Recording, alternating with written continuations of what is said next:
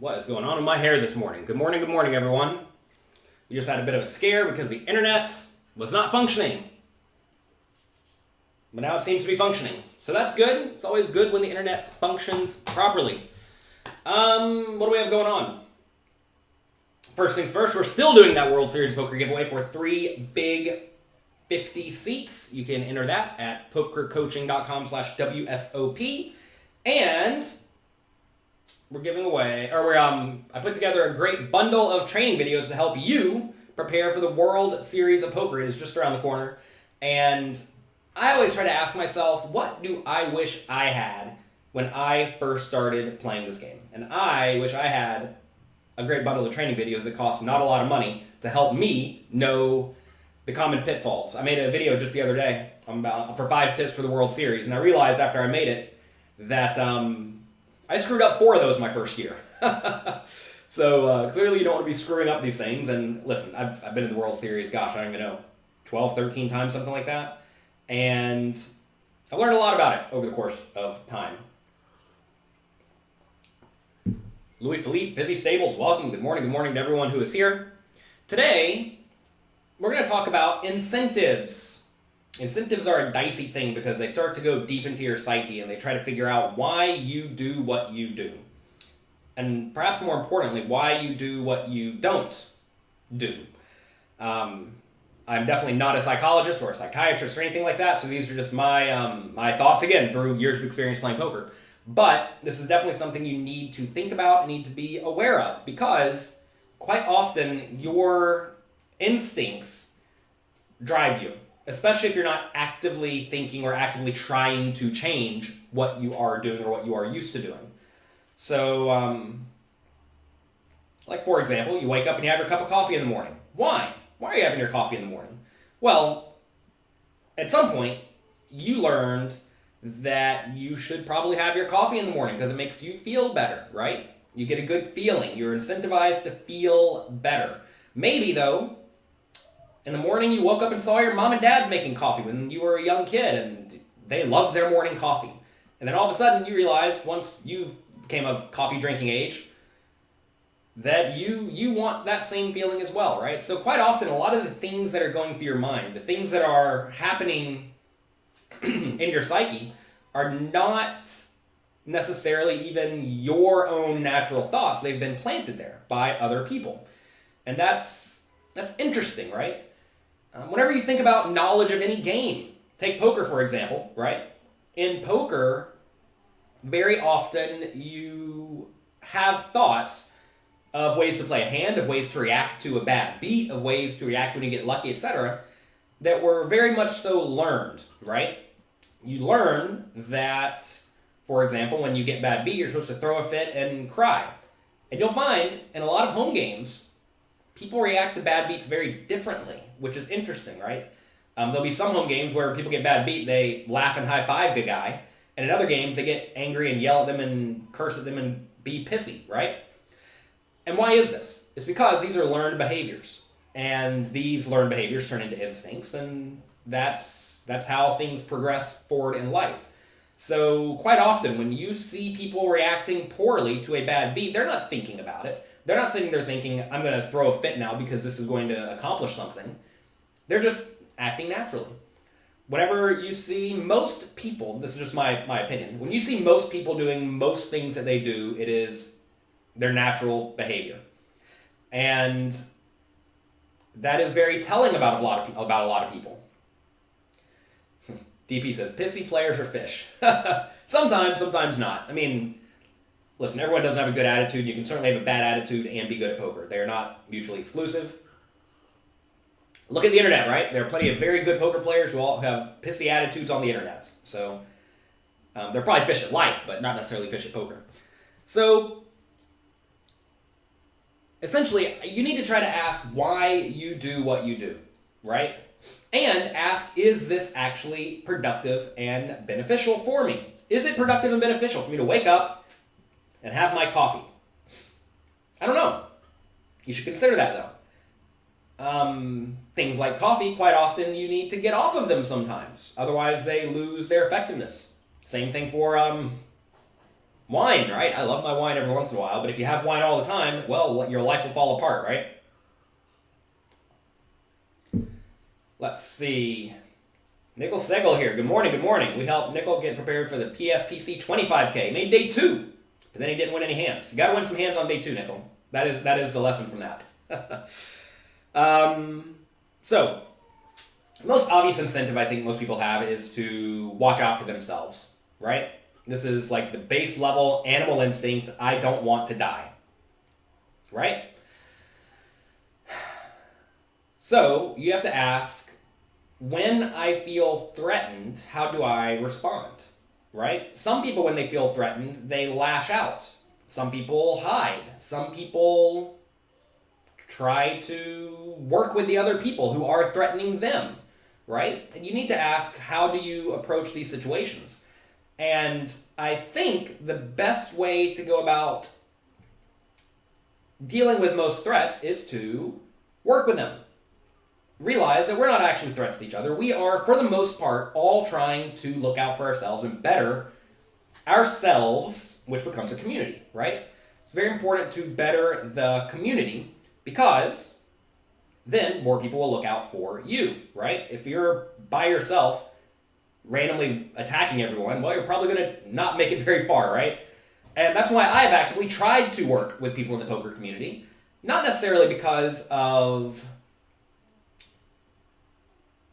I'm trying to think like what instinct in me made me want to do this. Really, I just wanted to work with other people to try to better the community because I realized we are all in this together. You all may know I have this book, Excelling at No Limit Hold'em, where we work with all of these people. I personally dealt with every single person in this book, and they are all very different characters. Some of these characters don't even like each other, but we all come together to make good work together because we realize at the end of the day, it's not really all about you. So, it's very important to always ask yourself why you're doing what you're doing, and once you understand it's not all about you, you start looking out for other people, right? And sometimes that's to your detriment, or sometimes to your own, putting yourself out there. I put myself out there all the time because I realize it's not all about me at this point in life. I'm doing perfectly fine by myself, but I think I can help all of you better your lives as well, which is the goal, right? So whenever I do say things to help you protect your bankroll, to protect your poker skills, to better your lives, that's because you all are my community, and I'm happy to give you good, sound advice. Other people out there, they are looking out for themselves and for their group, right? It sounds kind of weird to say like you're on a team. You're not really on a team. And in my mind, you want to be on the big, global, we're all friends team. But you have to realize everyone is not on that. A lot of people are out there for themselves. I mean, you see this on social media all the time where people are promoting things that are actively bad. Now, again, bad is subjective, right? For example, if I didn't care about all of you, we could do many, many things to completely screw you all over to make me money, right? For example, we could tell you to invest in some cryptocurrency that I'm a shell for. I'm getting paid. Like imagine I told all of you to go buy some cryptocurrency through my link, and then I got a 20% kickback. Some of you would go do it because you trust me, right? But I would never do that because that would be really, really unethical, and I would be screwing all of you in exchange for giving me money. You always want to ask what people's incentives are, right? Anytime you hear anyone say anything, anytime anyone does anything, and realize that oftentimes they are just purely looking out for themselves, and that's okay. But realize they're looking out for themselves and not for you, right? You always want to make sure that people are looking out for you. Otherwise, don't trust them, right? We saw this a while back. There's a poker site called Lock Poker. I think they're defunct now. And they had a few poker pros. For the most part, I think everyone thought they were doing right? Until they stopped paying out players, which inevitably happens to most sites that operate within America that are not licensed within America. And they stopped paying people. what happened with the pros, right? What did the sponsors do? Well, some of the pro sponsors immediately vacated as soon as it became clear things were going wrong. And that's the right thing to do, right? Others stayed on board and continued getting paid, which is not the right thing to do. They were willing to sell out their followers in exchange for making a little bit of money. Maybe a lot of money, for all I know. I mean, I have heard about the deals. Maybe we were presented one, we don't even know. And I would just never ever accept that, right? Because I've learned from my mistakes in the past that you don't want to be screwing people over. Nothing good happens from that. But essentially, if the people who are sponsoring you are doing unethical things and you're not cool with that, it's your responsibility to not be there. And again, a lot of people just don't care, right? They're like, yeah, they're screwing the players. I don't care about the players. That's what a lot of people will say to themselves because they're getting paid, right? And you have to make sure that people you follow are actively trying to help you and not trying to purely help themselves. So anyway, always look for incentives in that situation. What do I think about all these people with backing markup issues? Listen, I don't really have a problem with anyone selling action at any amount they want to sell it for. The problem is, a lot of people in the poker world are delusional about return on investments. I think a lot of people think ROIs are much higher than they are, and especially in live poker, and online poker it's very clear. I mean, like I know Phil Hellmuth, for example, right? I'm friends with Phil Hellmuth. Look, here he is, right here in the book. I work with him. I have nothing against Phil Hellmuth. And he sold in a turbo tournament at like 1.8 markup, whereas everyone knows good ROIs are going to be something like 15%, right? So, is it wrong for him to offer that action at 1.8? And I think the answer is absolutely not. I do think that we need to work hard to educate the poker community as to what is a markup that is worth paying and a markup that is not worth paying. But understand, so many people out there want to bet on their horse. They want to back the person who they like. Well, think about horse racing, right? A lot of people bet on horse racing knowing very well that it is negative EV. But to be fair, maybe they don't know. That's the problem. And if they don't know, whose job is it to educate them? And I would really say that it's no one's responsibility besides your own responsibility to educate yourself. And there's some saying I'm trying to come up with. Something to the effect of like when the man with money and the man with experience meet, the man with experience ends up with the money. And the man with the money ends up with an experience. And it's kind of true to some extent where either you have to learn from others or you're going to have to learn from your own mistakes. And I have legitimately no problem with anyone selling anything at any price they want to sell it. On eBay, in Magic the Gathering, this is a good example, where people will sell a very expensive Magic card. I know at one point I had a set of very expensive Magic cards. I think I had it up there for $999,000. Real price I would sell it for is probably like $40,000, okay? But I put it up for $999 because, hey, if someone wants this super unique thing that I have, this super unique set of Power 9, I'm happy to sell it for $100K if they want to give me $100K. But it's just there, right? It's for sale. They don't have to buy it. And I think that's the thing that a lot of people don't understand necessarily is that just because something is for sale does not mean that I am necessarily presenting a value. I'm presenting something that I would sell at that rate. And take Phil Hellmuth, for example. Phil Hellmuth's not broke. He has plenty of money.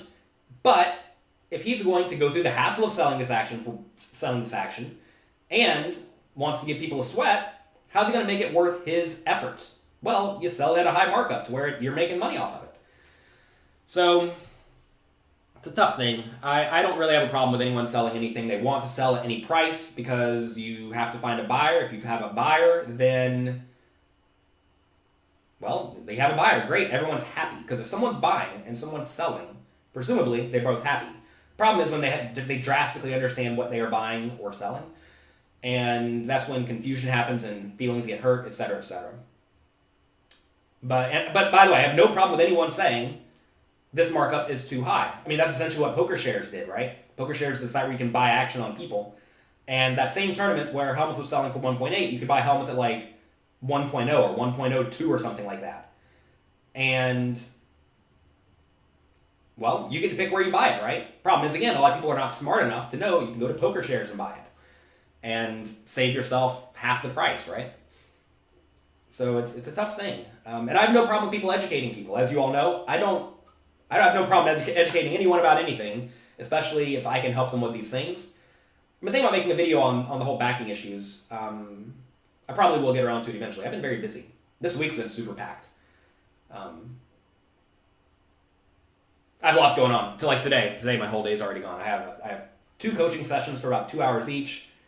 I have a call with someone who I'm an investor in a startup company. And anyway, the day's gone already. So, again, going back to incentives, right? If I don't need to sell my action, think about this, right? Because a lot of people are in this boat. I don't need to sell my action. I'm doing it because if I get the price I want, I'm happy with that. Is that wrong? I don't think that's wrong at all. And realize no one had to buy it. Okay. Why do you not do something? This is going to come up for all of you. Why do you all not study poker as much as you should? Why do you all not put in as much volume as you should? Why do you all not play within proper bankroll? I'll say you all as if it applies to everyone. It's not everyone.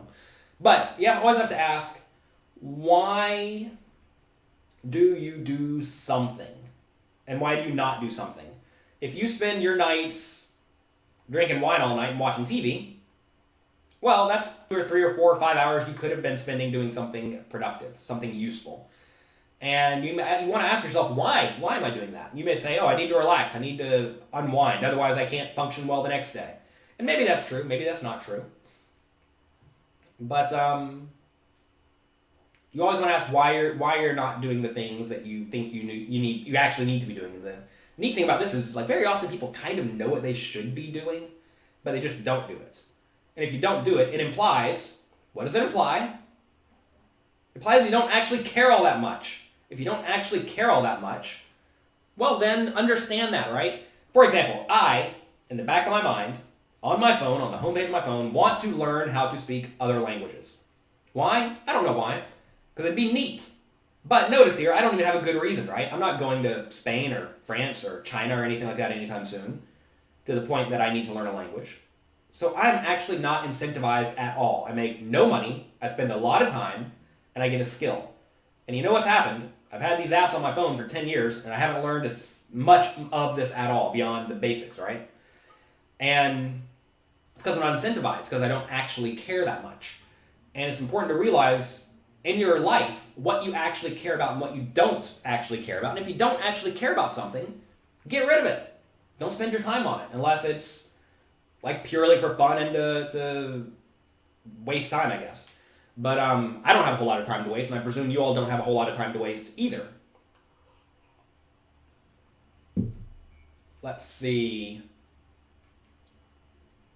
How does one account for when people play poorly at a 1-2 table? You just play better cards than them. The easiest way to beat people who play too many hands is to just play better cards than them, and you will crush them.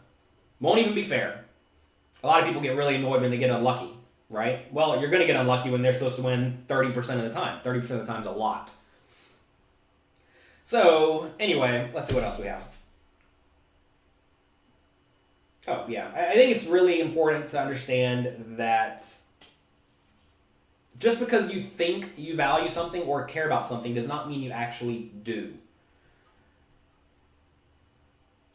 Sometimes you'd be better at poker if you don't care if you win. I mean, I never care if I win at poker. I care about making the right play in every decision. The idea of, I really need to win this money, I've literally never played in that situation. I've never had to win because we have proper bankroll management. If you have proper bankroll management, then you don't care if you win or lose money. You care about winning or losing equity. And even then, you can just get it all in with kings 6 times and lose to aces 6 times and you didn't do anything wrong. What amateurs need to work on. Amateurs need to play closer to fundamentally sound. I just made some charts, pre-flop charts, by the way. You can get those at pokercoaching.com/charts, I think. Maybe someone test that for me. Pokercoaching.com/charts. and you'll see very fundamentally sound pre-flop ranges for the most common scenarios. And that right there is a good start. A lot of people play way too many hands from early position, usually too few hands from late position, and they just make egregious blunders. Let's see. Why would you want a short stack strategy in cash games? You all may not know this, but if everyone's playing deep stack and you're playing short stacked, you are going to demolish them. Why? Because they're playing a deep stacked range and you're playing a shallow stacked range. You are playing just big cards that realize their equity well. They are playing suited connectors that need to get lucky and stuff like that. So if you're playing a very different set of hands that are really tailored to your stack size, and they all kind of have to ignore you because they're all playing 400 big blinds deep, and you're playing 20, you're just going to print money left and right. Print, print, print. Just join. What's the topic? The topic today is incentives. Are incentives? The topic is incentives. I'm almost done. Does Poker Coaching still have a yearly membership sale going on? I don't know. Email support@pokercoaching.com. If there is a sale, we will let you know. I really said a lot I have to say about incentives. Understand that very often your incentives are built in from childhood, but they can change. For example, whenever I was a kid, all I wanted was to get more money. Why? I don't know. I didn't even need any money. And that led to very poor decisions, but eventually I realized making money for only yourself is not what actually matters. What matters is bettering the lives of those around you, which is why my life took a turn, right? If your life takes a turn, then you will better yourself, right? Realize that you are not necessarily required to do what you learned as a child or what instincts you naturally had when you were born, right? Things change and you can change your course. You are not stuck. I think a lot of people feel like they are stuck and they have to just keep doing the same thing over and over again. I mean, like, for example, if you hate your job, right? And you can get a job that made half as much money doing exactly what you love, well, what is the incentive? Do you care more about being happy or do you care more about making money? Easy question, right? So then you just have to ask, is my happiness worth half as much money? And for some people it is, and for some people it isn't. And that's A-okay. So you have to figure out what you actually care about. So what else? Realize that you can change. Realize most people at a very base level are very, very fearful of losing what they have. And if they have something and it is threatened, they will lash out. They will try to attack. Like you mentioned earlier, I try to work with people, right? We work with people here. Excelling in No Limit Hold'em, we work with people. When I realized my poker game was not staying very top tier because I wasn't studying as much as I should, or I wasn't studying the right thing, what did I do? Did I cry and quit? No. I got involved with the Poker Backing Company, mainly to get access to all of their amazing training materials, and now I play a million times better. Who'd have thought, right? Because instead of trying to combat them and combat every other poker player and poker backing company and all these people out there, combine, join forces, work together.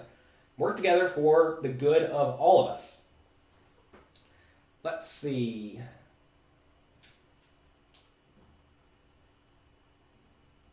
You get an incentive. The incentive is not the money, but it's fortune. The fortune of knowledge that you gain and the relationships you gain from poker. Yeah, I mean, that's very important to realize that dollars are not exactly the end of the world. And unfortunately, I don't know the exact number, but if you look at, well, I mean, look at like influencer marketing, right? I definitely do not think there's anything wrong with promoting other people's products, with promoting things, assuming you think they're actually good and useful for your audience. You'll see some people out there promoting literally anything and everything, and I mean, I'm actually fine with you promoting things that are like neutral for your audience. Like, for example, look, we have this wonderful pen here. Would you like to get this pen? You can get it at whatever the website for the pen is.com. I have no problem with that. Some people have to pay the bills, and that's how they pay the bills. I don't think I should say, oh, here's this pile of cocaine. You should try this pile of cocaine. It's going to be very good for you, right? It's very different. I would definitely not say, here's this online poker site that's shady. Go play on it, everyone, and then I'll get $10,000. Like, no, that's ridiculous. It's absolutely ridiculous. And it's just proof that they don't care about their audience, right? They care about themselves, and that's A-okay. As long as you understand it. The problem is a lot of people don't understand things. They follow people almost blindly. And it's very important to not be blind. You need to be able to look at what people do for you, and ask if that is what you want in your life. DP said, you stood up for me on Papi's podcast. Pa and P. Is that David Ortiz? I didn't know David Ortiz had a podcast, and if we got a mention on that would be fantastic. Big Poppy. All right, let's see. 1-2 players are usually not properly bankrolled, which causes confusion. Well, it doesn't necessarily cause confusion, it just causes mistakes, right? If you have lots and lots of mistakes, then yeah, you're going to play poorly, you're going to make errors. Please do a video on how to avoid tilt. Oh my goodness, I have so much about this. Check out Primed Mind. Go to pokercoaching.com/primedmind, PRIMEDMIND. They have lots and lots of courses on essentially how to not go on tilt, right? But you also have to understand, Lionel, that essentially ask yourself, why do you go on tilt? Why do things make you go on tilt, right? Say you lose your stack. Does it really matter if you lose your money? Not if you're properly bankrolled, right? If you get unlucky, does it really matter? No, it doesn't matter if you're properly bankrolled. If you're not properly bankrolled, realize you're making a gigantic error. Rand Corp, what about us Americans who only have ACR to play on? Well, first off, you have many other options. And also, I don't even think ACR is that bad of an option. It's one of the better ones. I actually just made a video, what is it? JonathanLittlePoker.com/USA, where I give my thoughts on the American sites. Whenever I do tell my students to put $50 in an online site and realize that money's probably gone, and you're using it essentially as a ticket to a movie, right? You're going to go pay $50. You're going to get to play lots and lots of hands at small stakes against people who actually care. Then good, right? Because then you're getting experience against real players. And I list ACR as one of them that you should put your $50 on. Nothing wrong with that. Let's see. Pappy is a Joe Ingram. No, Pappy is Big Poppy, a guy named David Ortiz. I think he was a baseball player. I met him one time at Foxwoods, downstairs in the basement. It was right outside of a bowling alley. It was fun. He's a nice guy. He actually is very, very, very big. Like, I don't think he could stand up in this office. He was a very, very tall guy. Let's see. Listen, we're not going to go into online poker sites in America. All of you want me to do that. I already did that in a video where everything I said is very accurate. Seems like a lot of people think that it's not, but then again, those people are incentivized to say that I'm wrong, and that's A-okay. A lot of people want to think that what they are doing is right. Everyone does. Well, not everyone. The vast majority of people don't want to think in their heart of hearts that I am a horrible human. But some people are. And if you are doing things that will almost certainly lead to the demise of the people who trust you, it probably doesn't make you a very good human. And it's important that people understand that. Let's see. Do I still play home games? Very, very, very rarely. The problem with New York City home games, and when I say a home game, I mean, usually if I'm going to go out in the middle of the night to play poker, it's going to be a relatively high stakes game, usually 25, 50 or higher. And in a lot of those games, it's something like 2.5% rake uncapped, which ends up being very, very, very, very big. And I don't like paying rake. If you all know me, we do not want to pay rake. So we don't play those games. So whenever I do go play, usually it's a more casual game where everyone there is a billionaire besides me. And there's like no rake or just rake to pay for food and drinks and all that business. And that's a lot of fun. I don't get to go play those very often though, usually once every 2 or 3 months. They don't invite pros around all that often. You know what days I'll be attending the World Series? Yeah, I'm going to be there from the 27th of May until the 8th of May. No, 8th of June. They have a 10K ARIA WPT. They have a 15K World Poker Tour Tournament of Champions. Then they have a 10K World Series and a 5K World Series. And a 1K Turbo. All right at the beginning. So 5 things. And then I'll go back out on the 30th, I think. The 30th of June. And play a 5K. Then the main event. And then whatever else is there until the end.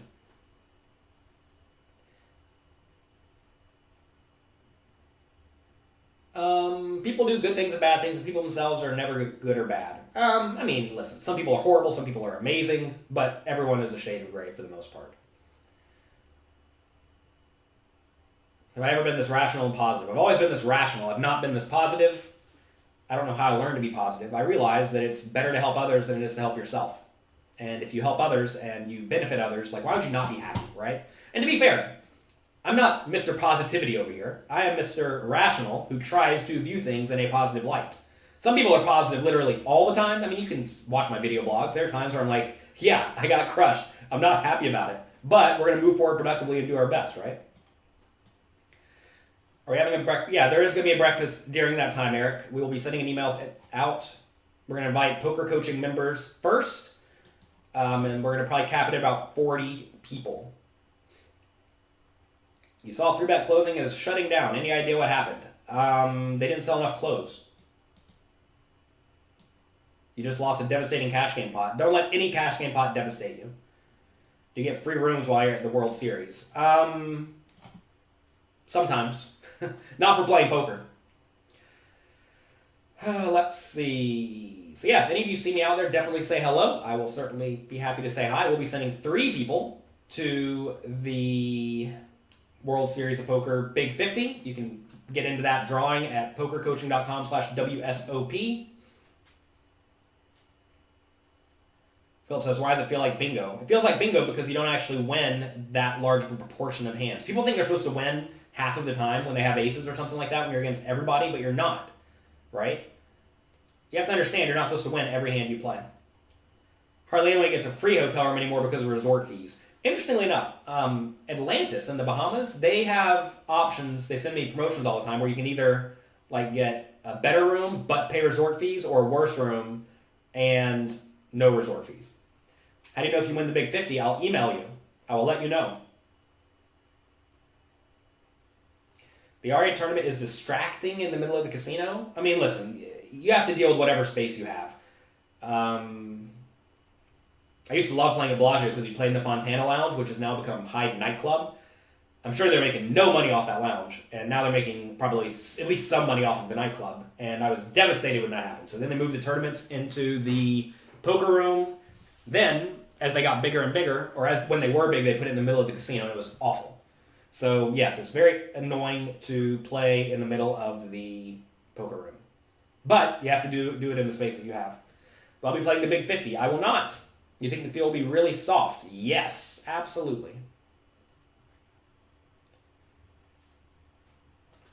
Peter, there's going to be 2 breakfasts. One in June and one in July. I think the one in July is July 5th for sure. I can't recall the one in June off the top of my head. Early June, though.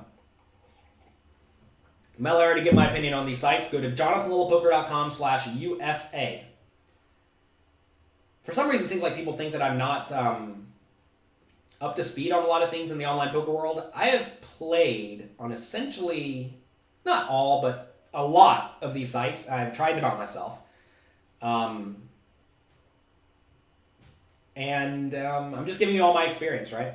For example, we played on ACR, we played on Global, we played on PPP, we played on Nitrogen, we played on lots and lots of these. And it's a tough thing. It's a tough thing because I understand all of you want to play poker and you want to know your best option to play poker. And that's why I made that video, to give you your best options. And I go through the 1 or 2 or 3 that I think are most, well, the ones I think are the best to play on. All right. Online is an accelerator of experience. That is absolutely true, which is why I do suggest you all play online poker, because you get a lot of experience. Caesars had a great poker room until they expanded the nightclub. Oh my God. When you walk over to the Caesars poker area, well, first off, the Caesars poker area used to be where the nightclub now is. They got rid of it completely and expanded the nightclub. Okay, then they moved it out into the sportsbook area, which was kind of fine. But then, at the nightclub time, the whole area is swamped with club goers. It's insane. The most insane thing you've ever seen. Mark says, first breakfast is June 1st at 9 a.m. Good. Mark knows my schedule better than I do. All right. If you wear a poker coaching patch, doesn't it telegraph to others that you know how to play? Yeah. But, remember, Eric, it's not all about you, right? Ideally, people who are poker coaching members have benefited so much from my work, they are happy to give back to me by telling someone else about it. Listen, anytime you tell anyone, anywhere, something that will benefit their life by doing the same thing you're doing, especially in games that are competitive, right?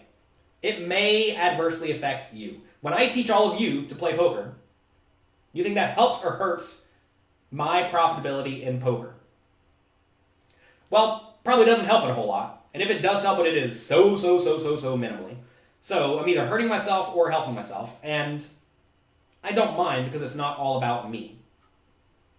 Rand says he went to the club at Caesars, Omnia, I guess that's what it's called. It was crazy. Yes, it is a crazy place.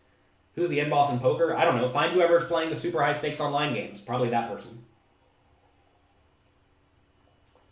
Are any computer poker games worth experience? I mean, I think like Poker Snowy is a fine thing to play around with. ICMizer is great. They have a quiz feature in that. I mean, pokercoaching.com, right? It's essentially a game where we have tons of quizzes. So those are all very, very useful. How fair is it that online you might be playing against bots? What does fair mean, right? You know, you all may not realize this, but you all are essentially are bots, where you have a system programmed into your mind, and you're just implementing that system. Bots have systems programmed into them, and they implement that system.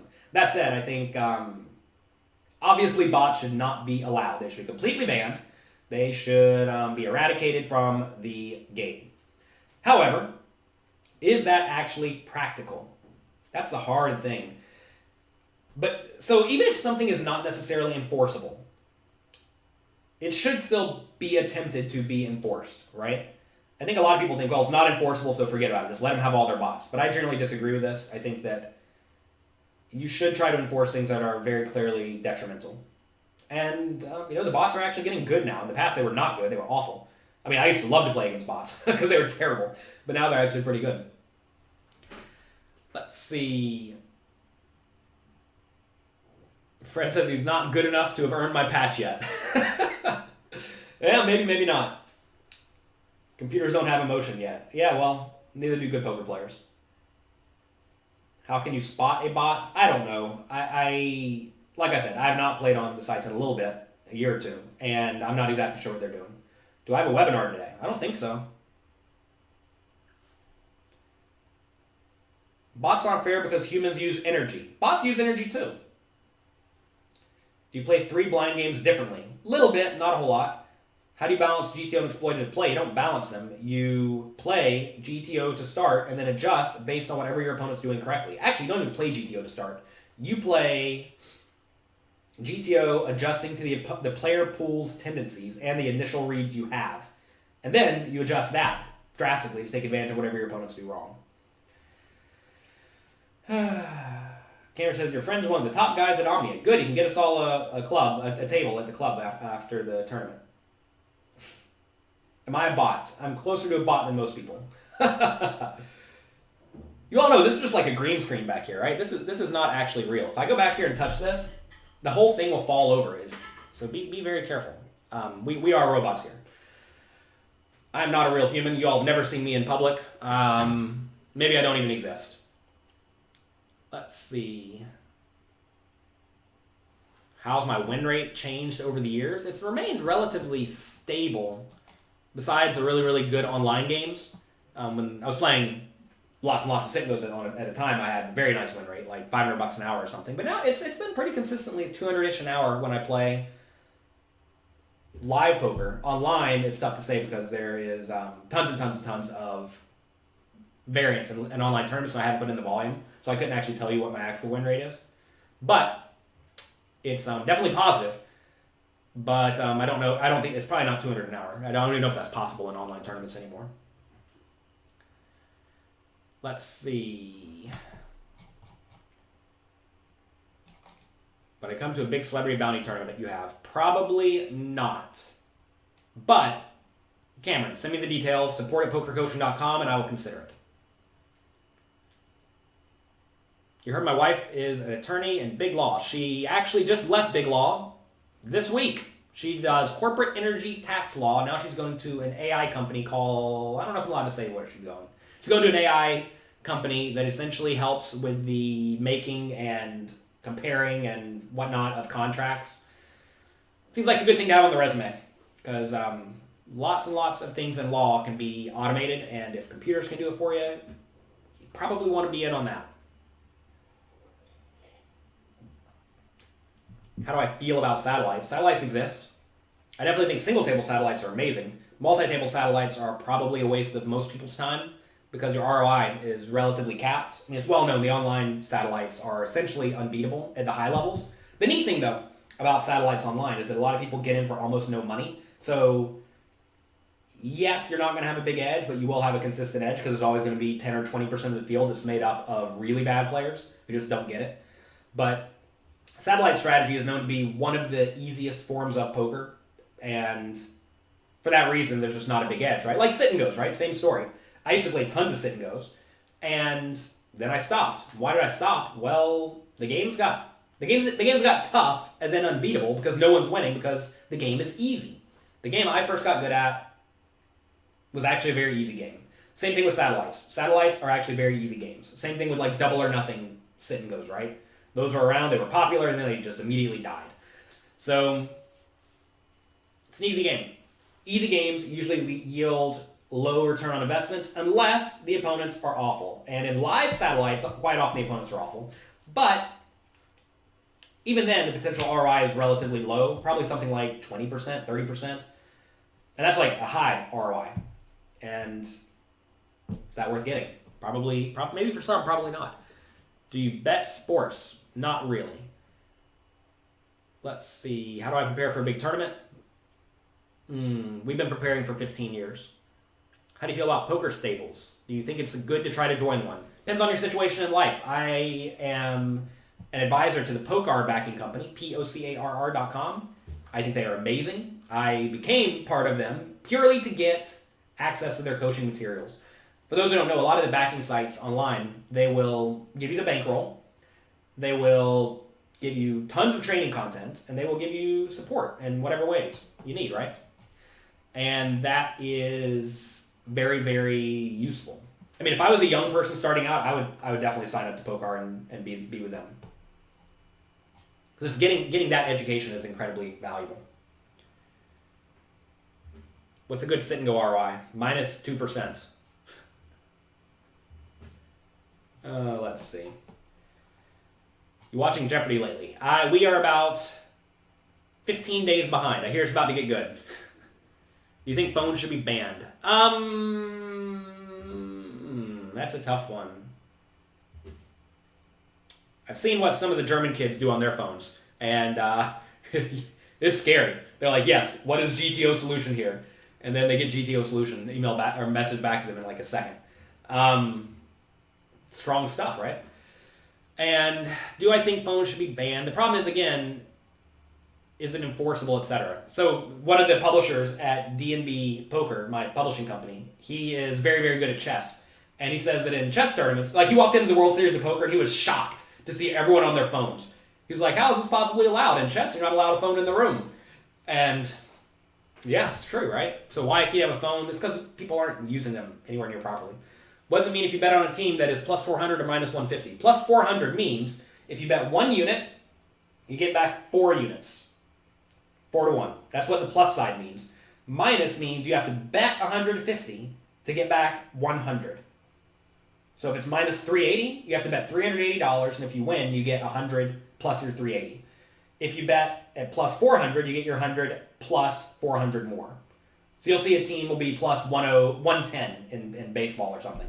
So that means you bet 100. If you win, you get 110 plus 100 back. Then in Europe, they use a decimal system, but we won't get into that. What's the name of the site? POCARR. I will type it. They will only accept you if you have good results in small stakes games or higher, which is a good way to make sure you don't take on bad players, right? Ryan says negative 2% sounds like yours. Well, good job. You're probably a pretty good player. Does poker coaching have one specific mindset coach? No, but there are videos in the reward section. If you go through and you get the rewards, as I definitely suggest you do, you can... There are courses by... Hey, some of these people. We have courses by Jared Tendler. Where is he? Can't even see. Jared Tendler, Elliot Rowe, and Trisha Gardner. So, those are all available on Poker Coaching. What age will I teach my kids poker strategy? Whenever they feel like it. Not in a rush. Cameron, support at pokercoaching.com or just send it to me on Twitter. Oh my God, I just spilled my coffee on my shirt. Did you all see that? Brutal. I got too excited. Let's see. Let's clean the shirt. Let's clean the shirt with the water. You would think that had whiskey in it, but it doesn't. It's just straight mushroom tea. All right. Do I have anything else to talk about incentives? I don't think so. So what all do you want to talk about? What's going on in your world? What's going on in your life? It's Friday. Ask me anything for 6 minutes.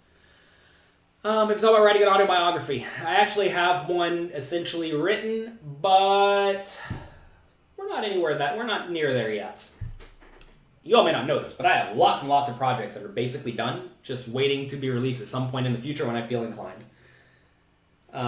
People think they actually see a lot of the work that I do. You actually don't. You see like a third of it.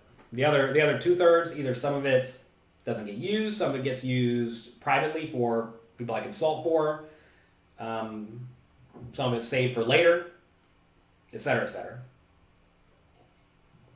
What's the most clever bluff you've ever seen? I don't think bluffs are clever. I think bluffs exist.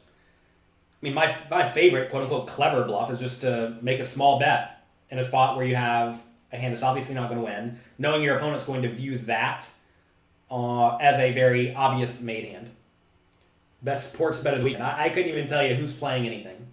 I'll tell you the secret. If you have a problem with sports betting or a problem with anything, cut it out of your life. I have not watched a sporting event in, I don't know, at least a year, maybe more.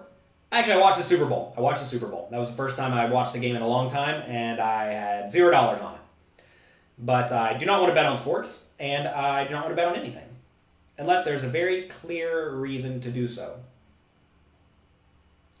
Are any of my earliest materials obsolete? So funny enough, I was just going back through my first book, Secrets of Professional Tournament Poker, Volume 1 and 2, and almost everything in it was accurate. Back then, I didn't necessarily know why I was doing what I was doing, but it was all very close to how I play today, and that made me feel good because it means it held up, right?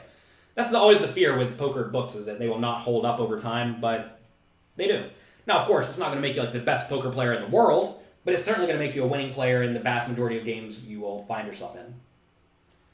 How do you quickly determine how a player is going to play? He could just be card dead instead of a nit. Sure, you can use other things like the way they act, the way they talk, the way they look, the way they hold their chips, the way they muck their cards, the way they look at their cards. You can use all of these things to figure out rough strategies. If a poker coaching member made it to the final table of Maine, would you be willing to coach them prior to the broadcast? Sure. Absolutely.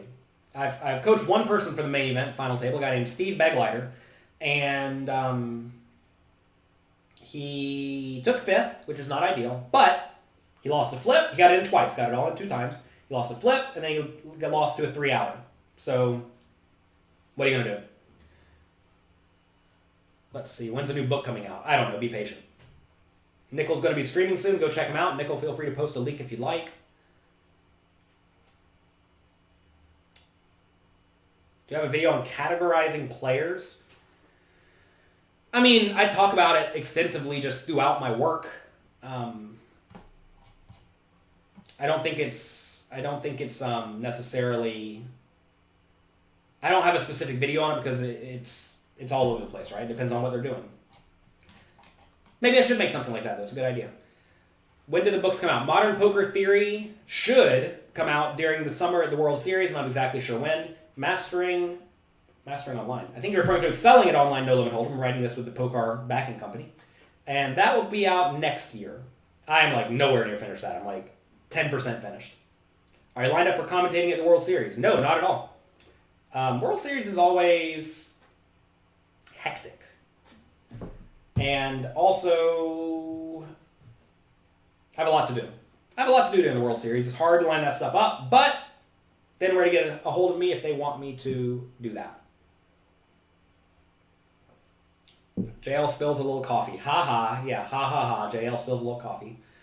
You're 2 seats away from a satellite in the Mid-States Poker Tour this week. Yeah, I mean, I think a lot of people, I don't know how you bubbled or anything, but quite often, if you're not one of the absolute shallowest stacks, like say 2 away, and you're a medium stack or even a kind of short stack, you do not need to be risking your stack. You need to be really, really nitty at those points. And there are also spots where like you can shove a medium stack into a medium stack, and the other medium stack will just never call if they're good because they realize, okay, I can just fold and go from there. You're 60 years old. You like to either look fishy in a place or when younger people drop comments. Joel, I think you're just trying to say you look fishy. It's perfectly fine to look fishy. All right. I'm going to go now. I have a coaching session in 7 minutes. I'll go change shirts and get ready for the weekend. We play any high rollers this year. I don't know what the high roller necessarily implies. There's a 10K and a 15K and another 10K at the beginning of the series. Then there's a 100K towards the end, but it overlaps with a lot of other good stuff, which is kind of unfortunate. And I played the 100K last year, and the field was not actually that soft. And the event was kind of a turbo. So that was a bit of a bummer. But yeah, so I don't know. We'll see. Oh, they also have a 50K at the beginning of the series, but it overlaps with a 15K World Poker Tour Tournament of Champions. So I'm not going to play that one for sure. And maybe the 100K, depending on what it looks like. It's one of those things where I will show up, we will be ready to go, and we'll probably play 20% of the time. Because it's important to have discipline, especially when you're playing for lots and lots of your bankroll. Or even, 5 times your average buy-in. All right, that's going to be it. Have fun. Good luck. Enjoy yourselves. We'll be back Monday, Wednesday, Friday next week, 9 a.m. Eastern Time. If you want my World Series of Poker bundle, where I give you lots of content, where I coach one of my students from being a very good online player. He won $1.3 million in a tournament recently to go into his first World Series. You can check that out at pokercoaching.com/WSOP bundle. I'll type it right here. There you go. And there's also lots and lots of other fun stuff there that is very educational and very enlightening that will help you prepare for the World Series of Poker or for any tournament series. So check that out. Have fun. Good luck. Be nice to someone. Enjoy yourselves. I'll talk to you